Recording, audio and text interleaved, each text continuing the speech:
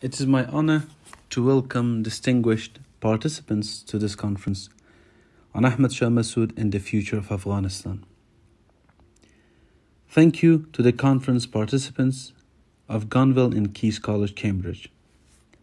On behalf of the organizers of the conference and on behalf of the Massoud Foundation, I would like to thank you for your commitment and your support during this very difficult time for Afghanistan. 3 years ago, my colleagues and I spoke about the importance of holding a conference on the life and legacy of Ahmad Massoud at Cambridge. Since then, many have contributed to making this a reality, and I would like to sincerely express my gratitude to them.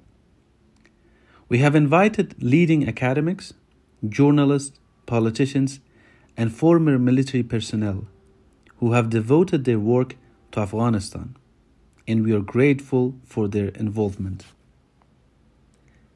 Today, I would like to reflect on the past to help us situate the current crisis that continues to unfold in Afghanistan.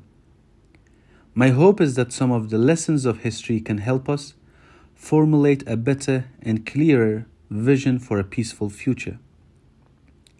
If we take the emergence of modern Afghanistan as a starting point, what comes to light is a process of state formation that proved to be costly. As a buffer state between British India and Tsarist Russia, Afghanistan became important for imperial interests. This model of nation formation dictated a highly centralized political and administrative system.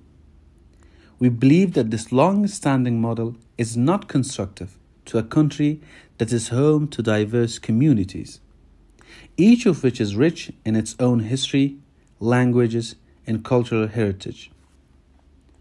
History has proven that nation-state formation that has sought to construct a homogeneous and singular character for entire population of people is impractical. Since the early 1900s, when this system was institutionalized, Afghanistan experienced several breakdowns of the state system, the most salient of which we see from the events of this last month. These breakdowns come at a great cost to the people of the country. A realistic and pragmatic approach is necessary, and we believe that the decentralized political and administrative system is the best way forward. Based on this model, local communities will have the power to elect their local leaders and hold them accountable. People will also have the ability to take an active part in policy making at the local community level. This model has existed in Afghanistan over the last century in varying degrees. My father, the late Commander Ahmad Massoud, also pushed for this alternative vision to ensure social justice, dignity, and recognition for all, and stand against any colonial, neo-colonial, or pretensions in the garb of extremist groups such as the Taliban. Since taking over Kabul on the 15th of August, the Taliban, through acts of terror and destruction, are once again engaged in ongoing atrocities against different communities. They are standing against the fundamental rights of women and of our girls receiving their education. The Taliban have made our country a refuge for international terrorism, and one that is isolated and regressive. Alongside the men and women of Afghanistan, we stand firmly against the Taliban's foreign ideology. We have seen women leading the opposition on the ground and standing up for their rights.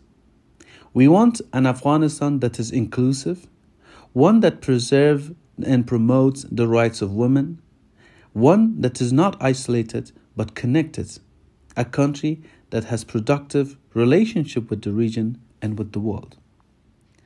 We have formed the National Resistance Front to continue the path of our forefathers and realize the aspiration of the people of Afghanistan. The goal of our resistance is the liberation of our land and the preservation of our rights and safeguarding our heritage and culture.